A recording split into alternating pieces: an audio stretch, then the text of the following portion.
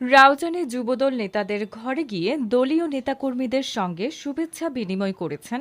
রাউজানের সাবেক সংসদ সদস্য ও বিএনপির কেন্দ্রীয় ভাইস চেয়ারম্যান আলহাজ গিয়াসউদ্দিন কাদের চৌধুরী। শুক্রবার ১৮ এপ্রিল বিকালে প্রথমে চট্টগ্রাম উত্তর জেলা যুবদলের সহসভাপতি সাবের সুলতান কাজলের বাসায় যান তিনি।